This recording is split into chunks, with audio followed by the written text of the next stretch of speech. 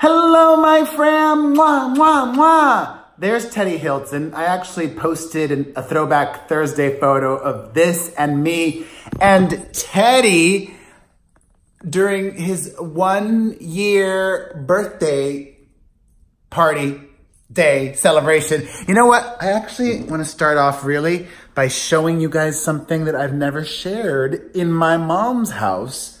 Look at this. Wowza. That is some major energy right here. And I'm sending it to you, all of the good vibes, my friends. I, as always, have so much to get to, but I want to start off by talking about Throwback Thursday and something that I posted about Khloe Kardashian today. I posted my personal Throwback Thursday of me and Teddy from August 2008. And then I posted a Throwback Thursday photo of Khloe Kardashian. And the year, I'm not sure of, but it was many surgeries ago. And in this photo, she's in Las Vegas with some girlfriends, black girlfriends, 4 black girlfriends, all on leashes, and she's walking them around like a pimp. She's dressed like a pimp. And the caption that I wrote was something along the lines of, that time that Khloe Kardashian walked her black girlfriends around on a leash and she was parading around like her pimp.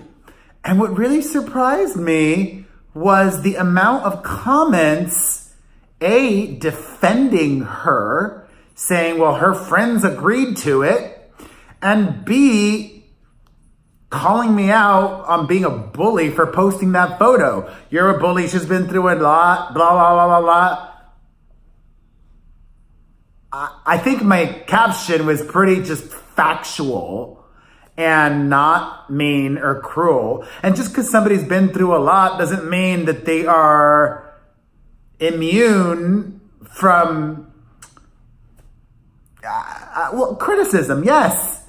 I did post that photo on purpose because I had forgotten about it. And if you haven't seen it, it's on my The Perez Hilton Instagram account. Yesterday, Scott Disick posted a Woman Crush Wednesday and posted Khloe Kardashian's photo. I am praying, truly, that Scott Disick and Khloe Kardashian hook up, toss aside Sophia Richie. This is the storyline that I need in my life soon. You know the saying, the devil works hard, but Kris Jenner works even harder. Speaking of Khloe Kardashian, she is reportedly upset. I'm trying to think if I believe this or not. I don't know. There's so many conflicting reports. A week or two ago, there was a report that Khloe Kardashian was preventing Tristan Thompson from seeing their daughter True. Now this week, reports claim that Khloe Kardashian is upset that Tristan Thompson doesn't spend time with their daughter. So which is it, people? The one reporting that this week is Us Weekly, and they're not people, so I don't know how reliable I would say they are. But either way, she's living her best single life. All right, an update on this ongoing saga with Felicity Huffman and Lori Loughlin and their children and scamming their ways into college. Today, we have found out that Seophora has ended their relationship, a partnership that they had with Lori Loughlin's daughter, who is a famous YouTuber. I ask, should these children suffer consequences because of what their parents did? And I would say, absolutely. Welcome to the real world. And not only that, she was not some innocent bystander. According to the FBI, Lori Loughlin's daughters both tried to pass themselves off as athletes part of the road team at USC, and they weren't. These girls are not just complicit, I would say they are guilty too. And even if Lori Loughlin's daughter didn't know what mom was doing, in the real world, a brand can drop you for any damn reason. If your husband or wife or son or daughter or colleague does something very unsavory, a brand that you have a relationship with may no longer want to associate themselves with you, even if it's something that you had nothing to do with personally. That's how the real world works, and this is an important lesson for Lori Loughlin's daughter to learn. And you know what? I'm all about keeping it honest. I doubt that many or even any of my followers watch her videos too. However, she's got a lot more followers on YouTube than me. She's got well over 1 million. Your boy has less than 300,000. And I gotta say, in the wake of all of this, I watched some of her YouTube videos. I even watched, and I don't know why, I think because I really enjoy his work, Zach Sang. I watched his interview with Olivia Jade, the daughter, and it was 42 minutes, I think. It was long. I watched the entire thing, even talking about her boyfriend and how the boyfriend was on the show, blah, blah, blah, blah.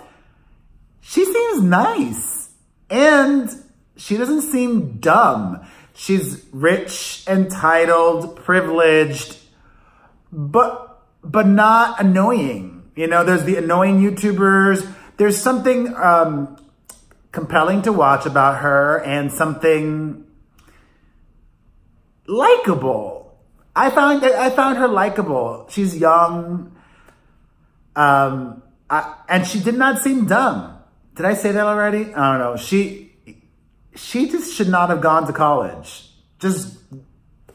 She should have just kept doing her thing, being an influencer, making money off that. And if the influencer work ever dried out, hello, your parents are ridiculously rich. Both of them.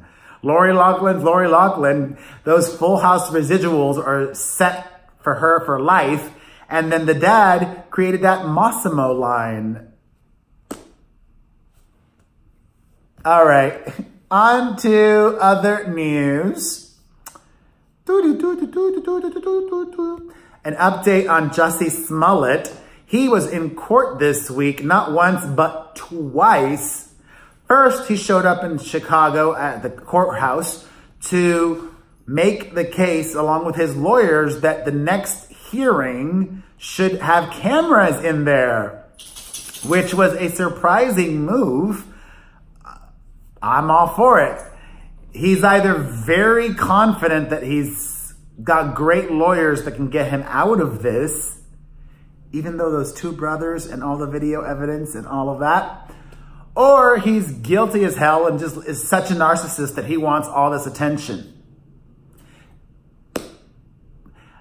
And also, flash forward to this morning, Jussie Smollett was in court again in Chicago, where he entered a not guilty plea to the 16 counts against him.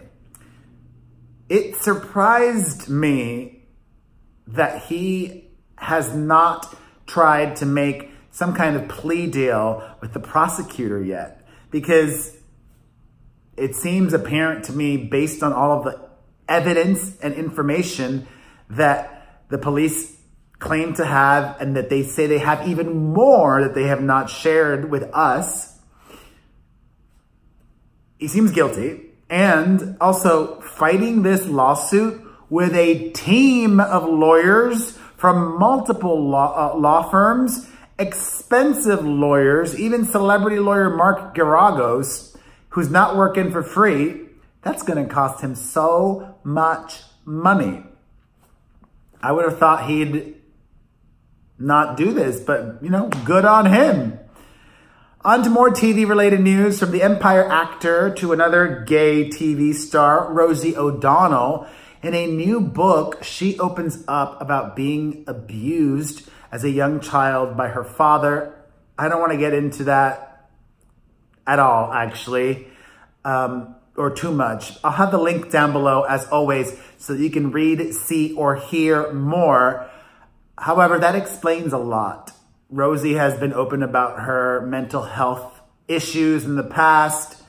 Luckily, she hasn't struggled with addiction that we know of, but having that happen to you, that changes you forever. A big hug to Rosie O'Donnell. On to lighter news. Major drama with Howard Stern and Wendy Williams. Wendy mentioned Howard on her show, saying that Howard's gone soft and he's so Hollywood now and blah, blah, blah, blah, blah. And I'm on Team Howard. I'm on Team Howard. There is some truth to what Wendy said. I just don't think I would say it the way that she did. Howard's grown up, just like I've grown up. But just like I will always be an outsider, no matter how much of an insider I ever am, I believe the same applies for Howard Stern. There are still the people who strongly dislike him, places he's not welcome, celebrities who despise him, all of these things. And, you know, it's a good thing to grow and evolve. Howard, though, woo, clapped back majorly. It went on and on and on and on. I'm not gonna read it all, but it was savage. If you haven't read it, click the link down below. I love Howard, and you know what? Even if he is hanging out with Jennifer Aniston, which I don't think he is, or whomever it is that he's hanging out with, and this, that, and the other, to me, what makes Howard great is not that he's controversial. What makes Howard Stern great is that he is an unparalleled interviewer. Few people are as good as him at getting things out of celebrity, things that they'll reveal to only him and nowhere else. That's what I love about Howard. I mean, some people like the stupid stuff that he does on the show. I'm more of a fan of just his amazing interview skills. Whose team are you on, and what do you enjoy about Howard, if anything? Let me know in the comments section down below. And I want to end things with something really positive and really exciting. O to the M to the G, you guys. A Britney Spears musical is heading to Broadway. It's called Once Upon a One More Time. And it basically sounds like it's going to be a lot like the ABBA musical, Mamma Mia, where it's not telling the story of Britney Spears. Instead, it's set in a mythical land of fairy tales, and it's telling some feminist manifesto with these characters that you know and love. Who are the characters? Like Snow White and Cinderella, and they will be using Britney's music. I hope it's good. I don't know. Personally, I'm a fan of telling somebody's life story. It almost makes it more appealing. Like it's almost like more of, you know what you're going to get. A guaranteed bet, safe bet for your money. With all of these other types of shows, like the Spice Girls musical that was a flop in the UK, it didn't tell the story of the Spice Girls. I would have loved to have heard the story of the Spice Girls done well. Oh well. Fingers crossed, it's great. If I'm in New York when it's playing, I'll still go see it anyways.